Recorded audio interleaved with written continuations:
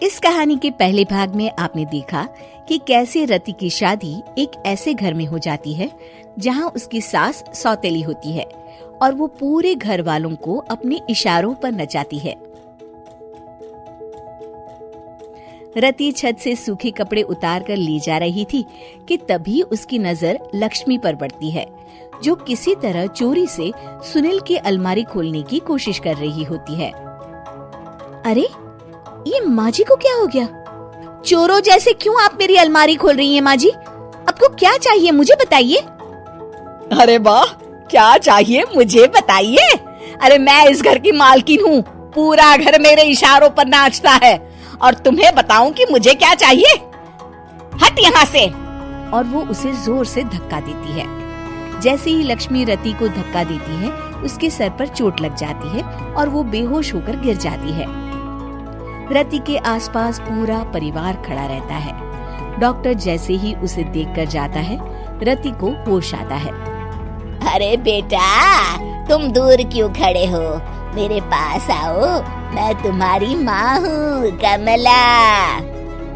रति के मुंह से लक्ष्मी सारंग की माँ का नाम सुनती है तो हैरान सी रह जाती है। क्या बोला रति बहू? चुप कर डायन, तूने मेरे पति और बेटे का हाल बेहाल कर दिया। अब तू मेरी बहू को भी गुलाम बनाना चाहती है? रुक, अभी मजा चखाती हूँ। ये कहकर जैसे उसे पकड़ने की कोशिश करती है, लक्ष्मी वहाँ से भाग जाती है। लक्ष्मी के जाने के बाद रति अपने ससुर और पति की तरफ देखकर मुस्कुरा देती है। दोनों समझ जाते हैं कि ये रति की चाल है। अगली सुबह लक्ष्मी का पति खाना लेकर खेत में जाने के लिए निकल ही रहा होता है कि लक्ष्मी उसे रोक देती है। अरे कहाँ चल दिए खाना लेकर? आज घर का काम कौन करेगा? तभी पीछे से रति आ जाती है और जोर से चिल्लाती है। कौन इनको काम पर जाने से रोक रहा है? मैं अभी उसे मजा चखाती हूँ। जैसे ही रति लक्ष्मी की तरफ बढ़ती है, लक्ष्मी घबरा जाती है। मैं तो मजाक कर रही थी बहन। आखिर मैं कौन होती हूँ रोकने वाली? मैं तो बस ये पूछ रही थी कि घर का काम कौन करेगा। कौन क्या? तू करेगी। चल उठा झाड़ू और शुरू हो जा।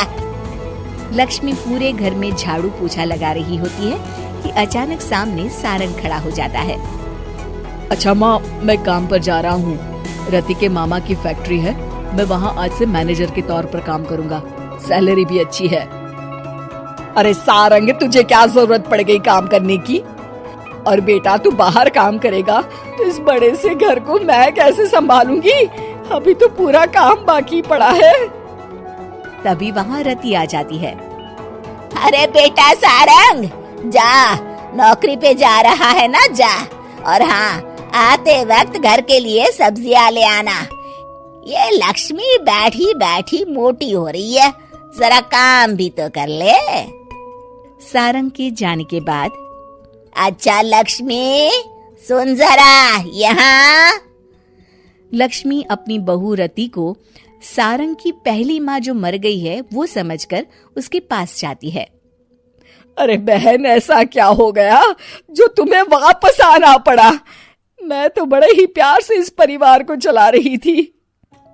प्यार से तो मैं बहुत साल से तुझे मजा चखाना चाहती थी, लेकिन किसी औरत का शरीर मुझे नहीं मिल रहा था प्रवेश करने के लिए।